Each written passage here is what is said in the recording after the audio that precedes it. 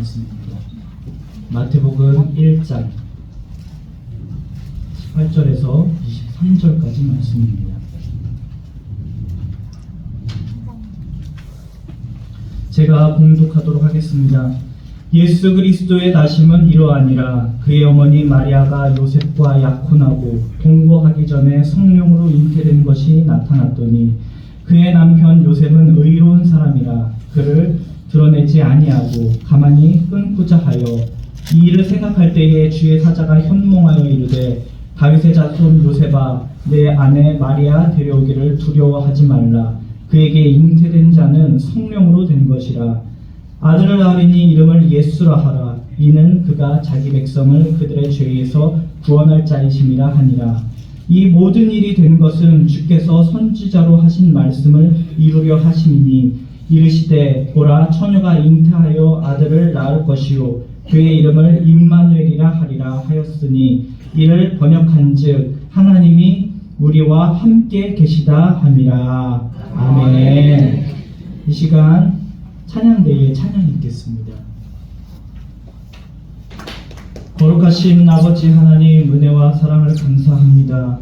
예언하신 대로 구세주 예수 그리스도를 이 땅에 보내주신 참 좋으신 하나님 아버지, 영원히 죽을 수밖에 없는 우리 죄인을 십자가 보혈로 대속하여 주시고 자녀 삼아주신 그 은혜를 감사합니다.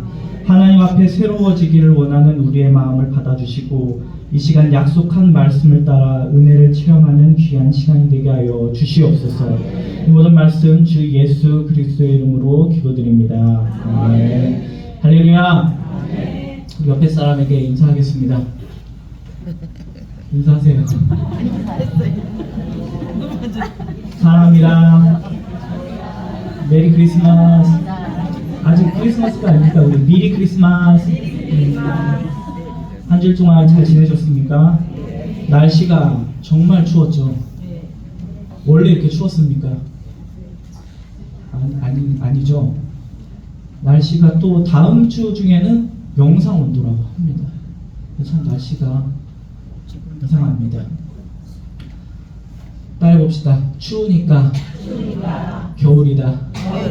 할렐루야. 추운 겨울 특히 건강 조심하시고 길이 많이 미끄럽기 때문에 발걸음 조심하시기를 주님의 이름으로 축원합니다. 오늘 우리가 본문 말씀을 통해서 예수 그리스도의 탄생을 조금 엿보았습니다. 예수님의 탄생은 과정부터 예사롭지가 않았습니다. 누가복음 2장에 천사 가브리엘이 마리아에게 나타나서 이야기합니다. 하나님의 아들을 낳을 것입니다 라고 얘기를 합니다. 그리고 마리아는 곧 성령으로 잉태를 하게 되는 겁니다. 여러분들, 마리아의 임신 사실은 약혼자였던 요셉에게는 굉장히 당황스러운 일이었을 것입니다. 그렇지 않습니까, 여러분? 마리아가 임신한 아이는 요셉이 아무리 생각해봐도 내 아이가 아닌 것 같았기 때문입니다. 그래서 조용히 어떻게 했습니까? 마리아에게 가서 헤어지자고 이야기를 하려고 했을지도 모릅니다. 그런데 그때 누가 나타납니까?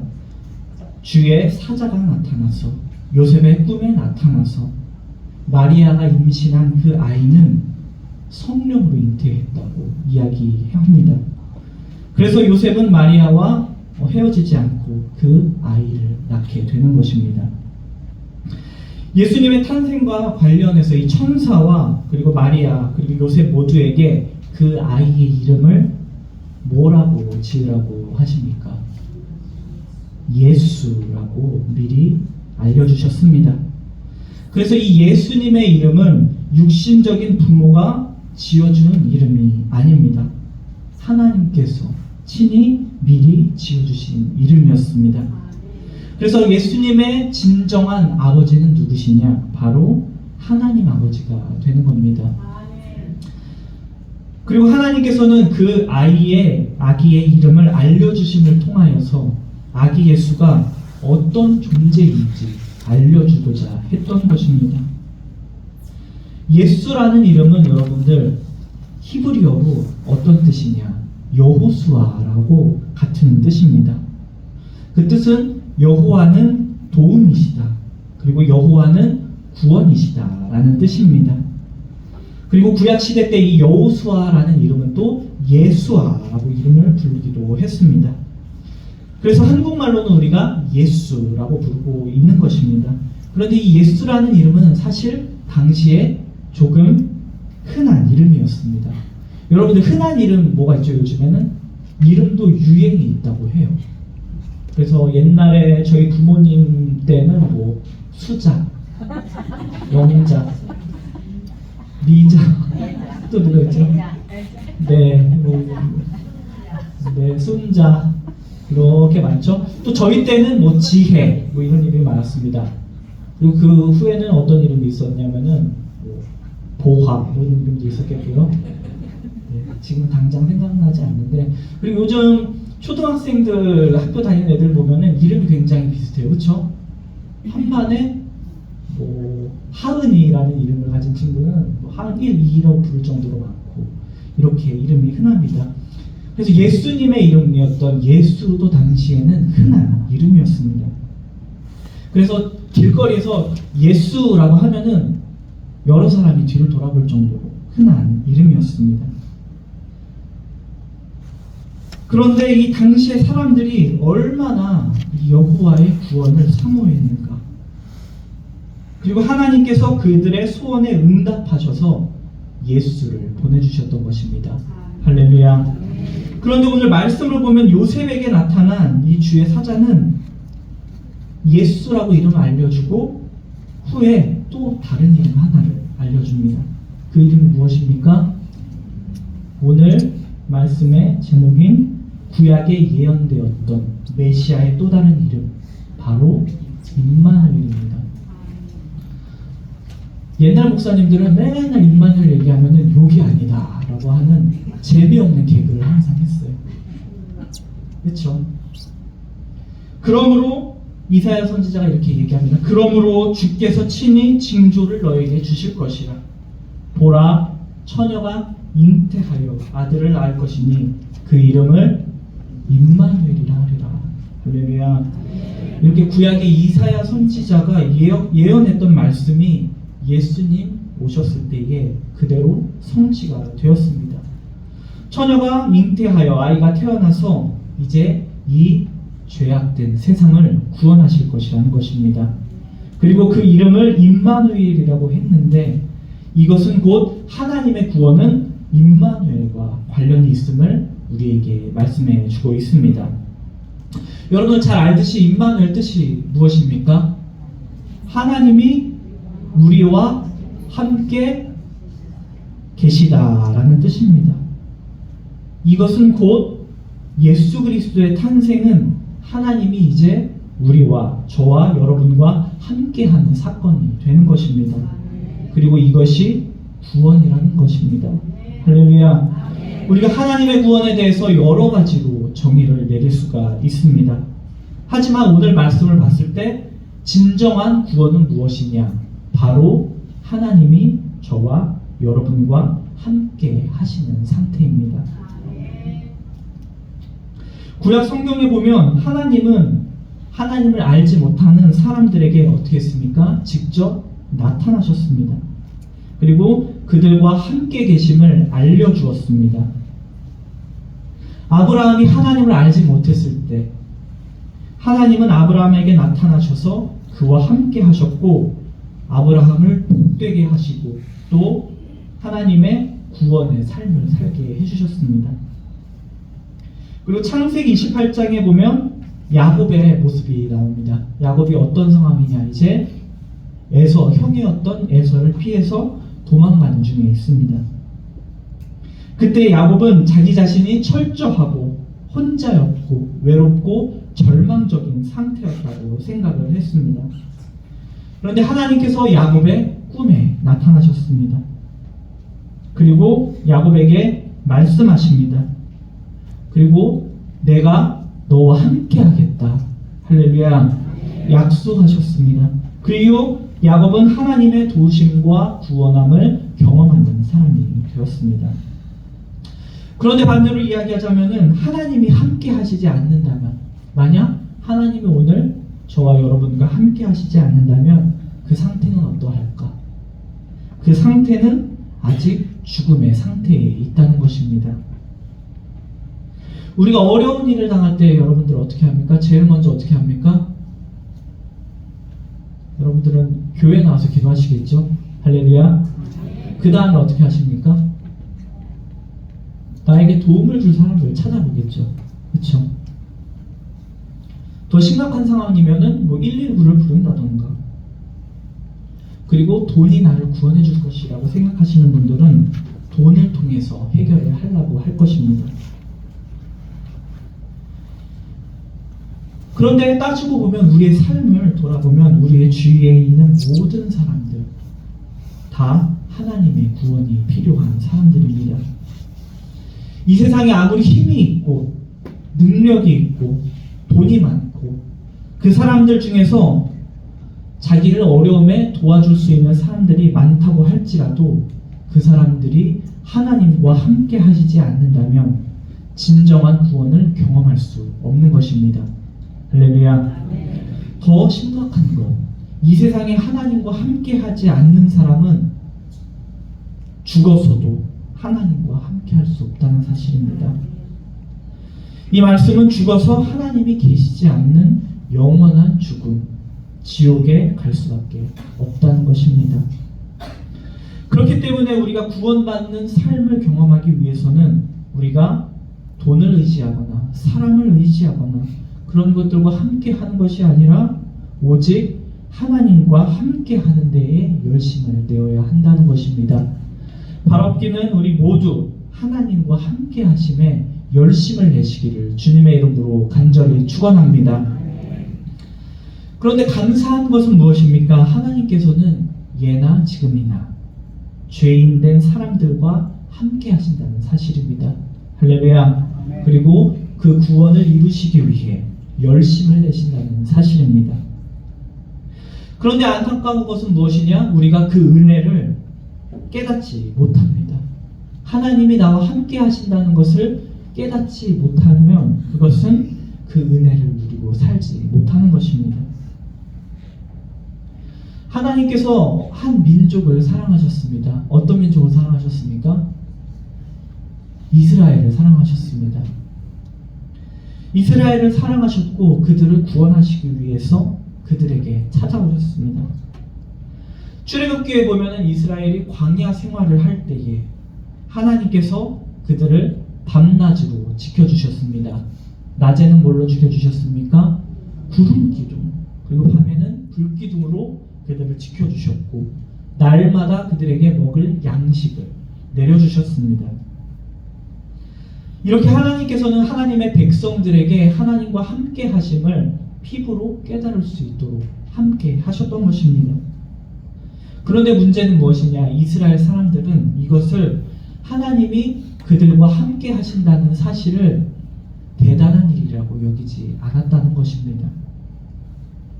도리어 그들은 왜 하나님이 우리를 애굽에서 구출해내서 왜 나를 여기서 고생시키는가 라고 생각을 했습니다. 그래서 어려운 일이 생길 때면 이스라엘 백성들은 어떻게 했습니까? 늘 불평했습니다. 그리고 모세와 하나님을 원망했습니다. 그리고 다시 애굽으로 돌아가겠다라고 이야기를 합니다. 이렇게 광야에서 이스라엘 백성들은 하나님이 함께 하심을 그들에게 구원됨을 깨닫지 못했던 것입니다. 그래서 하나님을 떠나는 것조차 쉽게 생각을 했던 것입니다. 그런데 그들의 지도자였던 누구였습니까?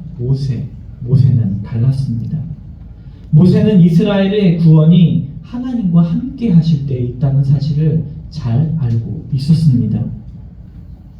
그래서 이스라엘 백성들이 금송아지를 만들었을 때 어떻게 했습니까? 하나님께서 크게 진노하셨을 때 그들을 멸하겠다고 하셨습니다.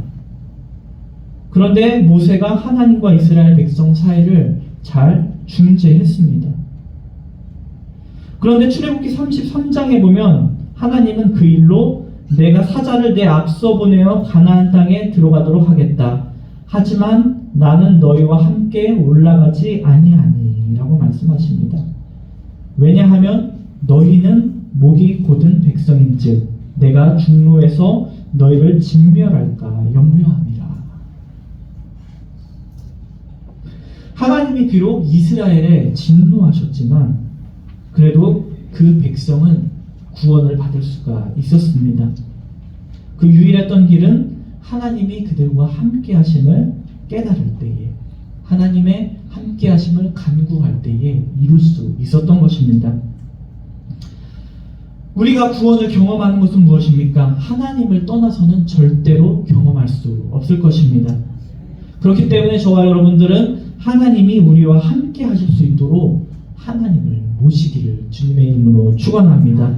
그리고 그 뜻에 순종하며 살아갈 때에 하나님의 구원을 경험할 수 있는 것입니다.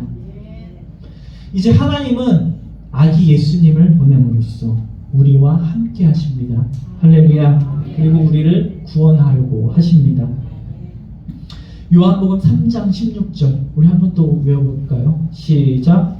하나님이 세상을 이처럼 사랑하사 독생자를 주셨으니 이는 그를 믿는 자마다 멸망치 않고 영생을 얻게 하려 하심이라. 아멘. 하나님 예수님께서 이 땅에 오신 이유는 무엇입니까? 세상을 구원하시기 위함이었지만 그 근본에는 무엇이 있습니까? 하나님이 사람들을 사랑하시기 때문에 이 땅에 내려오신 것입니다. 여러분들 누군가를 사랑하고 있으면은 어떤 마음이 들습니까? 그 사람과 같이 있고 싶습니까? 아니면 떨어지고 싶습니까? 잘 기억해 보세요. 옛날에 어땠는지. 같이 있고 싶습니다. 그렇죠? 하나님께서도 저와 여러분들과 같이 있고 싶으십니다. 왜냐? 사랑하시기 때문에. 그래서 예수 그리스도의 모습으로 저와 여러분에게 찾아오신 겁니다. 하나님께서 아담과 하와를 만드시고 이 세상을 만드신 것 또한 하나님이 우리를 사랑하시기 때문에. 그런데 하나님이 우리를 사랑하고 같이 있고 싶지만 이를 방해하는 것이 있다는 것입니다. 바로 우리의 죄입니다. 옛날에 이런 일들이 많이 있었죠. 부모님이 아이를 혼내려고 하는데 아이가 없어진 거예요. 그래서 하루 종일 찾습니다.